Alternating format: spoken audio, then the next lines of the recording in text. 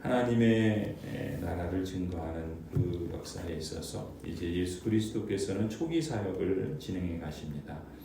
갈릴리 지역의 가버나움이라고 하는 어촌 마을에서 예수님께서는 설교로 가르치시고 귀신의 영을 꾸짖어서 쫓아내시고 병으로 앓고 있는 사람들을 고쳐주시죠.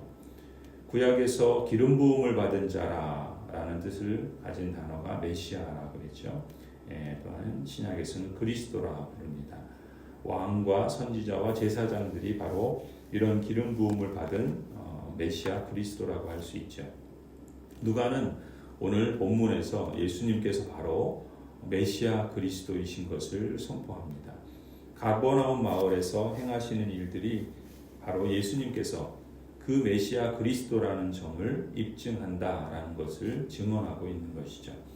다시 말해 예수님께서는 선지자로서 하나님의 말씀을 권위 있게 가르치셨고 왕으로서는 귀신의 권세를 꾸짖어서 쫓아내셨고 또 제사장으로서는 백성의 고통을 치유하시고 회복하는 일을 담당해 주셨습니다.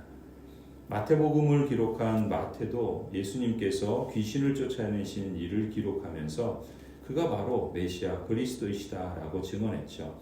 마태복음 12장에 보면 그러나 내가 하나님의 성령을 힘입어 귀신을 쫓아내는 것이면 하나님의 나라가 이미 너희에게 임하였다라고 기록합니다. 그뿐만 아니라 마태는 이렇게까지 증언하죠. 예수님께서 성령의 능력으로 귀신을 내어 쫓으심으로 하나님의 나라가 가버나움 마을에 이미 임했다라고 말씀합니다. 이러한 예수님의 선언에서 우리는 두 가지 의미를 배울 수 있습니다. 하나는 귀신이 다스리던 것을 쫓아내시고 하나님께서 다시금 다스리고 통치하시게 된 것이 바로 하나님의 나라가 임한 것이다 라고 성경은 말씀하고 있지요. 하나님의 나라는 이처럼 하나님의 다스림과 통치가 회복되는 것을 말한다 할 수 있습니다.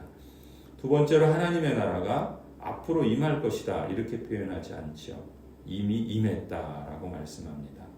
하나님의 나라는 미래에 죽어서 가는 천당이 아니라 미래적 하나님의 나라가 우리에게 약속되어 있을 뿐만 아니라 이미 이 땅에서 가버나움 마을에 임한 것처럼 하나님의 통치가 회복된 사람들에게 현재 임했다라는 사실도 우리는 기억해야 할 것입니다.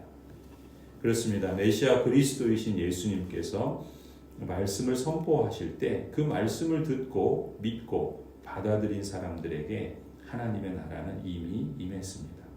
예수 그리스도의 통치를 받아들임으로써 더 이상 사탄과 죄와 세상의 죄악된 그 본성의 지배 아래 살지 않고 하나님의 통치와 다스림 안에 사람들에게 하나님의 나라는 이미 임한 것이죠.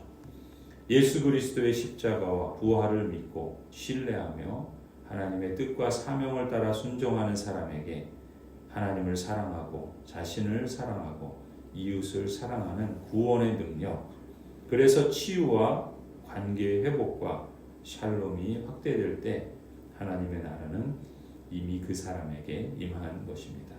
더 나아가서 그가 속한 가정에도, 그가 속한 교회에도, 또 그가 속한 마을에도 예수 그리스도의 하나님 나라 복음을 통해서 하나님의 나라가 임할 수 있는 것이죠.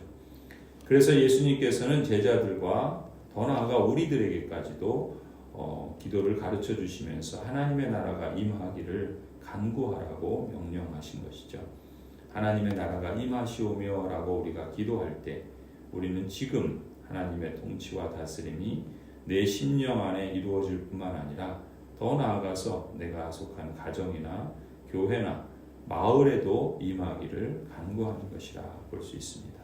사단의 다스림이 아니라 하나님의 통치를 받고 사단이나 세상이나 죄로 인해 부패한 본성의 뜻을 따르기보다는 하나님의 뜻을 따라서 순종하며 삶으로써 우리 자신을 하나님의 눈으로 가치 있게 볼 뿐만 아니라 우리의 몸과 마음의 질병도 치유되고 부부간에, 부모 자식 간에, 또한 성도 간에 어그러지고 왜곡된 관계가 용서나 용납으로 화해되고 회복되고 사회적으로 연약한 사람들을 돌아보고 조화로운 사회를 위한 법과 정의를 구체적으로 실천하면서 복음을 통해서 우리 마을에 참된 샬롬이 회복되기를 또한 간구하는 것이라 믿습니다. 또한 기도하는 것으로 그치지 않죠. 하나님의 나라가 임하시도록 살겠습니다 라고 서약을 하는 겁니다. 우리 자신부터 다양한 삶의 자리에서 순종으로 실천하는 것이죠. 더 나아가서 집에서, 가정에서, 또 일터에서나 학교에서나, 또 직장에서, 교회 생활에서, 마을에서 사단적인 다스림, 그러한 왜곡되고 구부러지고 또 불의가 가득한, 불의를 따르는 그런 삶이 아니라 하나님의 다스림 가운데 사는 것이야말로 하나님의 나라가 임하시도록 살겠습니다 라고 서약하는 삶에 합당한 모습이라 할 수 있겠죠. 세상의 풍조, 사람들의 그릇된 전통, 죄악된 부패한 본성의 욕망, 이런 것들에 맞서서 싸우고 하나님의 뜻과 사명을 하나님의 말씀과 성령의 인도하심을 의존해서 구체적으로 또한 실천적으로 힘쓰는 것이라고 할 수 있습니다.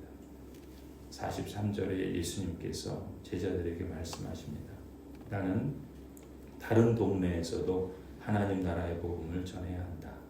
나는 이 일을 위하여 보내심을 받았기 때문이다. 그리고 예수께서는 그 마을을 떠나 여러 마을에서, 여러 회당에서 하나님 나라의 복음을 선포하시죠. 성도 여러분, 예수님께서 말씀하신 다른 동네가 바로 우리가 사는 이 동네까지 포함하는 거 아니겠습니까?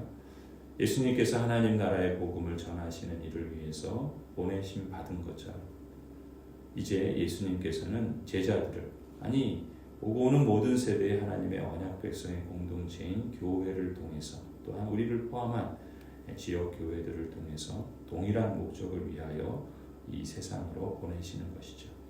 그리고 예수님께서 실제로 여러 동네에서 하나님 나라의 복음을 선포하신 것처럼 이제 우리는 예수님을 대신하여서, 아니 예수님의 위임을 그러한 받아서 이제 우리 동네에서 그 일을 계속해 나가도록 교회를 세우신 것이라 볼 수 있습니다.